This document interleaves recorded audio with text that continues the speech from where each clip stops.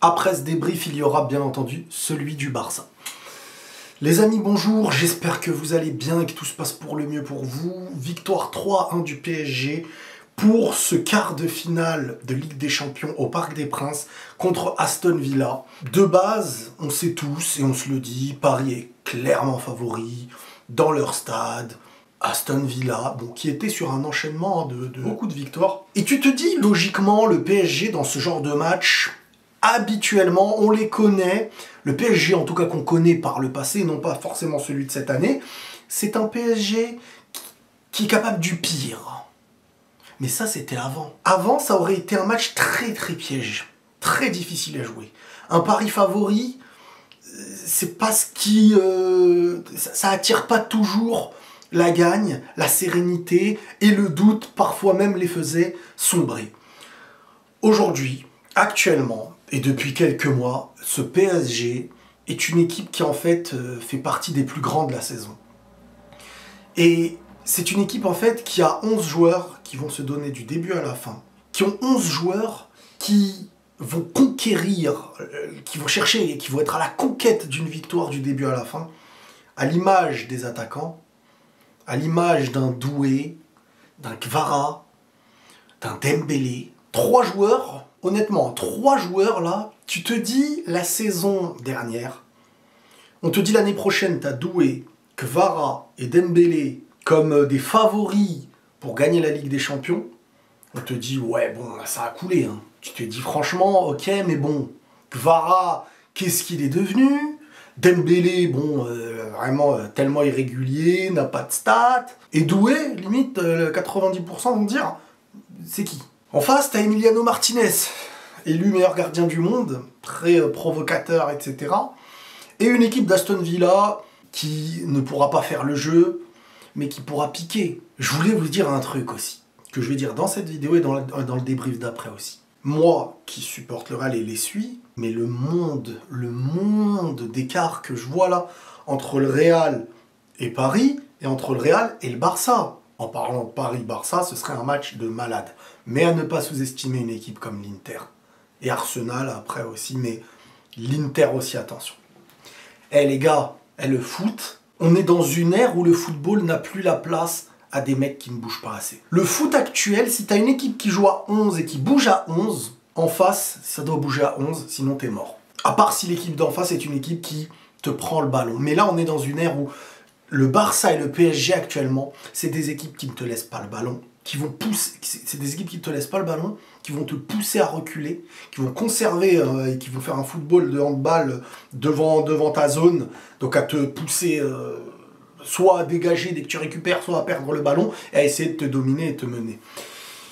Et à la perte de balle, les joueurs les plus hauts sont dans l'effort constant. Pressing collectif, effort constant, une équipe qui a travaillé, qui a grandi, qui est collective et qui a ses génies. Désiré Doué, ça y est, il est rodé. Je sais même pas il a quel âge lui, mais il est rodé. Techniquement capable de faire la différence. À chaque prise de balle, tout le monde est dans... Il y a un petit bloc qui n'est pas écarté, hein, dédicace au Real. C'est pas de la défense, elle a 70 mètres derrière. Doué, tu lui fais une passe, on te dit, frérot, débrouille-toi. Non. C'est un bloc qui monte, un bloc qui descend. Mais pour le faire descendre, faut sortir le ballon. Et le sortir est très difficile. Donc tu peux les avoir comme ils ont été en mode contre-favorable, physique, t'as récupéré. Mais globalement, tu vas être dominé. Et ce premier but vient d'Aston Villa, mais le PSG ne sombre pas, parce que c'est une équipe en fait qui prend en confiance au fur et à mesure du match, parce qu'ils savent qu'ils auront le ballon. Des mecs comme Vitinha, comme João Neves, Fabian Ruiz et tout, c'est des joueurs en fait qui permettent à ce PSG de prendre en confiance dans l'avancée d'un match, et donc forcément en prenant en confiance, les dribbleurs qui recevront beaucoup de ballons, qui auront très souvent l'effort, mais l'effort de domination, c'est-à-dire que tu vas chercher à récupérer parce que c'est toi qui as toujours le ballon. Donc tu comptes plus tes efforts vu que tu es toujours dans la domination. L'effort difficile, c'est celui où tu cours derrière le ballon. Et ce PSG impose que ce soit souvent l'autre qui court comme ça. Donc forcément, tes génies, tes individualités sont mis dans les meilleurs éléments, où c'est-à-dire qu'ils ont toujours un choix de passe en retrait possible, et c'est pas une distance de 30 mètres on fait la passe et tu dois faire les différences. Non, chaque action que le PSG a, ils ont toujours l'action de faire une ou deux passes en retrait. T'as souvent un Vitinha, t'as souvent un Nuno Mendes, soit qui vient, qui dédouble, soit qui... Chaque individualité est mise dans son meilleur élément de possession ou de dribble. Donc le dribble peut surprendre, tout comme la construction peut permettre de surdominer, d'écraser et d'imposer un football côté Paris. Donc ce PSG-là, même mené 1-0, arrive à se retrouver dans une situation où, tranquille les gars, ah bah oui, un match c'est long, et quand t'as le ballon à 90%, et quand t'as le ballon à plus de 60% dans le match il est très long pour les autres. T'auras toujours les occasions de marquer, que ce soit pour gagner, égaliser et remarquer derrière. Et on le voit dans ce match-là. Je sais pas si c'est le nouveau football, mais en fait, avant, t'encaisser un but, mettre 2 buts derrière, c'était long. Depuis la remontada là, du 6-1, là, depuis la remontada, j'ai comme l'impression que c'est devenu normal presque. Parce qu'on n'a jamais connu un football aussi intensif, ce qui fait que t'es obligé d'être dans un effort à 11. Si tu n'es pas dans un effort à 11, il y a un gros problème. Et je fais le parallèle avec le Real d'hier. Je le fais pour le match du PSG, je le ferai pour le match du Barça. Le Real Madrid, actuellement, est une équipe démodée. Elle a survécu sur les dernières années parce qu'il y avait des génies capables de temporiser un match, de savoir mettre du timing dans le jeu, d'avoir un tempo, d'avoir ces choses-là. Donc les individualités, ça va, mais le départ de Kroos a fait en sorte que ce Real Madrid ne peut plus vivre sans l'intensité, sans le bloc haut, juste à temps et tout, parce que c'est mort. Et ce qui se passe maintenant, c'est que le football est hyper intensif, hyper physique. Donc, tu peux plus être... Regardez, mais les efforts de Kvaratskhelia, là, le gars, lui, là, depuis le match contre Liverpool, il montre au monde que c'est un joueur exceptionnel. Il est imprévisible, capable de la passe, capable du dribble. Son but, c'est du génie. Du génie. Parce que tu sais pas, il est capable d'enrouler, il est capable de courir, il est capable...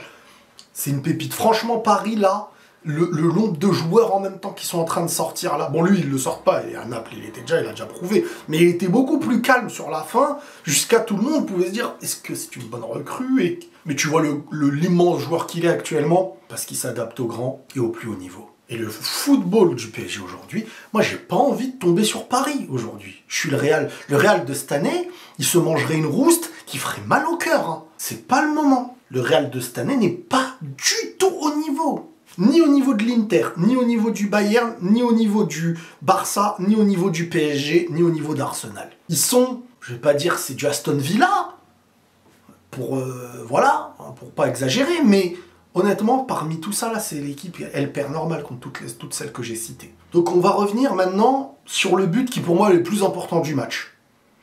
Un peu comme quand, je sais pas si vous l'avez vu, le match, le dernier Atlético-Barça, non, c'est pas le dernier, celui où Lewandowski, il fait contrôle poitrine et action un petit peu acrobatique au sol, le but où t'es mené, si tu marques pas, ça y est, l'équipe elle va défendre et t'es mort. C'est le but qui relance tout. Le but de Doué, qui juste avant il y avait une grosse occasion pour le PSG, et derrière, même ça a failli être la boulette de Emiliano, et je pense qu'Emiliano, sur l'action où la balle a failli rentrer, il a perdu en concentration, il a grandi en peur.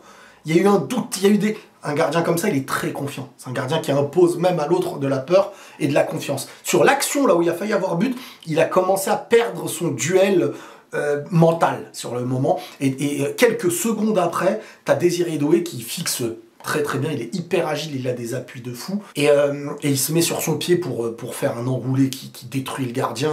Gardien qui n'a pas eu le temps de reprendre bien ses esprits, selon moi. Même si la balle, en tombant, en fait, le fait qu'il tombe en même temps, lui donne une trajectoire qu'il n'aurait peut-être même pas donnée au ballon s'il n'était pas tombé. Comme quoi, des fois, la chute force un tir et lui donne un angle que tu ne pourrais pas lui donner si tu tombais pas, quoi. C'est comme quand parfois tu fais une reprise acrobatique, t'es obligé, ta jambe elle peut pas se lever et en même temps être équilibrée pour bien la taper. Donc des fois c'est pour ça que ça pousse au geste acrobatique. Bref, ce but-là change la rencontre parce que dans Aston Villa, c'est l'équipe qui a le plus de mal à jouer, à obtenir une occasion. C'est la seule occasion réelle qu'ils ont eue et qu'ils ont mis. Derrière, tu égalises et là, eux, ils se disent, bon, maintenant, il faut tenir le score.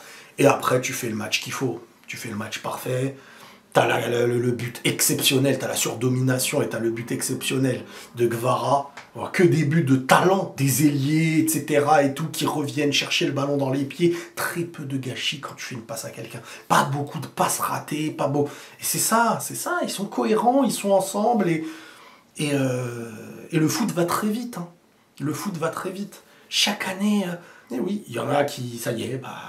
Et t'as le dernier but, encore une fois, un excellent but, parce que rester focus à défendre jusqu'à la dernière seconde, c'est très très dur, et parfois, arrivé à la 90e, tu penses que c'est fini, t'attends un coup de sifflet, et une équipe qui y croit toujours de la première à la dernière seconde, et ça c'est vraiment la recette de Luis Enrique, et ce qu'il a fait de cette équipe cette année, un collectif rodé, qui joue du début à la fin, avec tous les joueurs concernés, parce qu'ils savent que s'ils ne font pas ce qu'il y a à faire, et puis même, ils ont compris le même football, mais s'ils ne font pas cette chose-là, ils ne sont pas dans le 11. Donc bravo à Paris, qui prend un grand avantage pour cette future demi, possiblement contre Arsenal. Donc voilà, bravo, on se tient au jus, prenez tous soin de vous, et la paix sur vous.